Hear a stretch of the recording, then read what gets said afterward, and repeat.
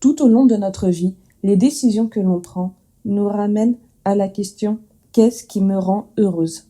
Il n'y a pas une décision que l'on prend qui ne soit pas liée à la quête du bonheur, à la recherche de ce qui rend heureux. Alors aujourd'hui, on va parler de toi, de ce qui te rend heureuse pour de vrai.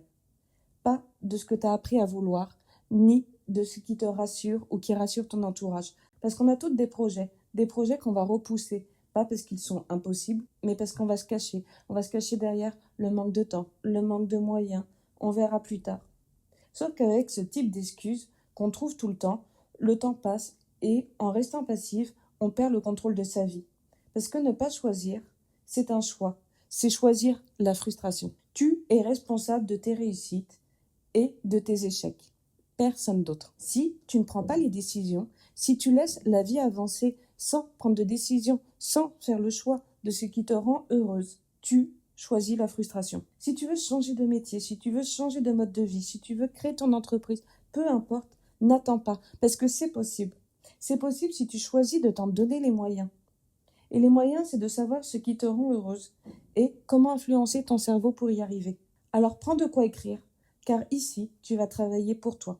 Et je vais te poser la première question auquel tu vas répondre et tu vas écrire ta réponse. Pour cette question, ce que je t'invite à faire, c'est noter la première chose qui te vient à l'esprit, la première chose que tu ressens, ce que ton cœur te dit en premier. Quand je te pose la question, qu'est-ce qui est le plus important pour toi? Le premier mot qui te vient à l'esprit est ce qui est le plus important pour toi à l'instant T, ce qui est le plus important pour toi en ce moment. C'est des choses qui peuvent changer, qui peuvent évoluer avec le temps, mais en ce moment même, sur cette question, ta réponse est la première chose qui vient. Ton intuition, ton instinct a répondu pour toi. Que ce soit la liberté, que ce soit l'amour, que ce soit la sécurité financière, peu importe. Quand tu poses cette question, instinctivement, tu as déjà la réponse. On va passer à la deuxième question. La deuxième question, qu'est-ce qui te déplaît actuellement dans ta vie? Ne sois pas flou dans ta réponse. Si c'est ton travail, ne me dis pas « mon travail ». Non, écris pourquoi c'est ton travail. Qu'est-ce qui fait que ça te déplaît? Est-ce que c'est ton chef? Est-ce que c'est l'environnement? Est-ce que c'est le poste en lui-même? Est-ce que c'est les missions? Trouve l'émotion en fait qui est liée à ce qui te déplaît. Parce que là, tu n'es pas en train de te plaindre, tu es en train de comprendre. Tu es en train de comprendre exactement ce qui te bloque. Ce n'est peut-être pas le travail en lui-même qu'il faut changer, mais c'est peut-être l'environnement. C'est peut-être les tâches. Mets le doigt sur ce qui te déplaît. Une fois que tu as répondu à ces deux questions, tu as posé le socle. Celui déjà d'écouter ton instinct et ce qui est important pour toi est celui de comprendre ce qui te déplaît. Tu as posé ton premier socle. On passe maintenant à qu'est-ce qui te fait vibrer. Et pour ça, je vais te poser la question. En ce moment même, qu'est-ce que tu ferais si tu n'étais lié à rien ni à personne? Si tu n'étais lié ni à ta famille, ni au travail, ni à quoi que ce soit, que ferais-tu en ce moment même? Quelle serait ta journée de rêve? Exactement, où serais-tu? Que ferais-tu? Si tu apprenais qu'il ne te restait qu'une semaine à vivre, que ferais-tu?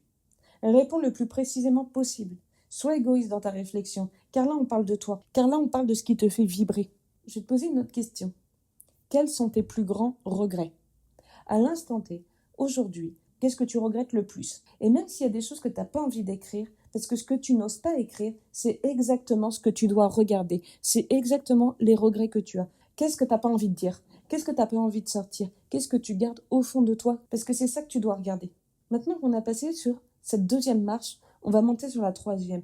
La troisième, celle de te connaître. Et là, tu vas pouvoir noter, énumérer quelles sont tes forces, quelles sont tes qualités.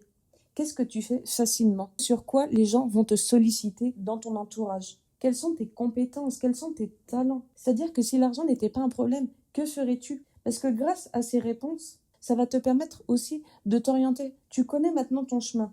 Tu connais tes ressources. Ne te minimise pas. Tes réponses racontent ton bonheur.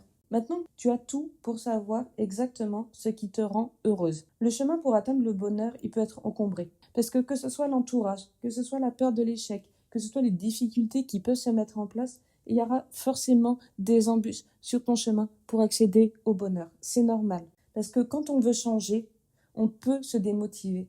Alors de quoi est-ce que tu as peur? Est-ce que tu as peur de l'échec? Mais qu'est-ce qui est le pire? Échouer ou vivre avec des regrets?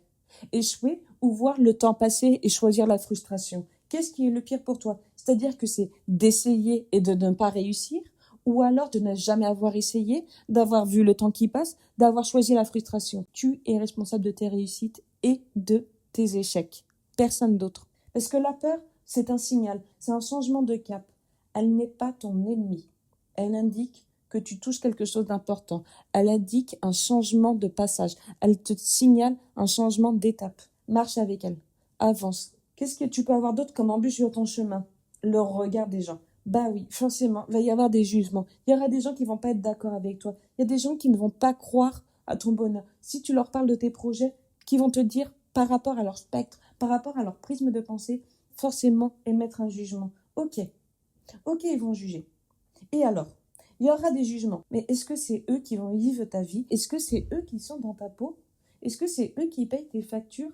Est-ce que c'est eux qui vont payer tes regrets? Mais ton regard à toi, quel va être ton regard si toi tu acceptes le jugement d'autres personnes? Qu'est-ce que toi tu vas penser de toi si tu acceptes de ne rien faire parce que tu as peur du regard des autres? Quel est ton propre jugement? Comment toi te vois-tu plus que comment les gens vont te regarder? Les gens te voient à travers leur prisme, les gens te voient à travers leur peur, les gens te voient à travers leurs craintes. Le jugement ne va pas payer tes factures et encore moins tes regrets. Alors toi, qu'est-ce que tu penses de toi? Parce que si tu ne le fais pas, qu'est-ce que tu vas penser de toi? Si tu ne cherches pas, tu ne prends pas de décision en lien avec ton bonheur, si tu ne prends pas le chemin pour changer ta vie parce que tu as des projets, qu'est-ce que tu vas penser de toi? Tu n'as pas à convaincre tout le monde. Parce que des difficultés quand on change de chemin, il y en a. Et là aussi, ça peut arriver. Ça peut arriver que quand on monte dans une entreprise, il y a des démarches. Ça peut arriver que ça prenne du temps. C'est normal. Mais ce qu'il te faut, c'est de la rigueur, pas de la perfection. Si tu te bloques, prends de la hauteur. Ne prends pas la fuite. N'abandonne pas. La motivation, c'est pas quelque chose de magique. C'est normal de pas se lever tous les matins avec la motivation. Et ça arrive qu'il y ait des moments où on ait moins de motivation. Mais la rigueur, tenir à ton projet chaque jour, chaque moment que tu peux pour aller vers ton projet va forcément t'aider. Ta motivation n'est pas magique, elle s'acquiert. Tu as maintenant plus d'informations que tu ne le crois. Tu as la réponse à tes questions. Tu sais ce qui te rend heureuse. Tu sais quelles sont tes compétences et tu sais ce que tu ne veux pas vivre. Tu sais quels sont tes regrets. Tu sais également que ton chemin, il faudra forcément faire preuve de rigueur. Il faudra forcément faire abstraction du regard des gens. Il faudra forcément marcher avec la peur.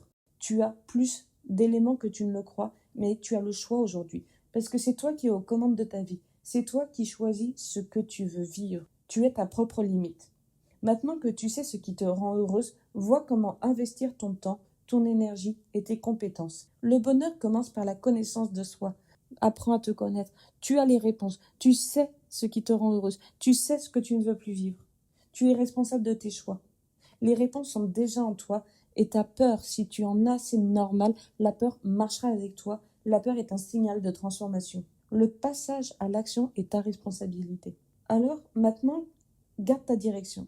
Qu'est-ce que tu veux vraiment vivre? En quoi ta vie serait meilleure si tu te permettais d'accéder à tes projets? Quel inconfort pour tes projets es-tu prête à accepter? Quelle première action concrète peux-tu mettre en place dès à présent? Parce que tu n'as pas à prouver, mais tu dois de t'honorer.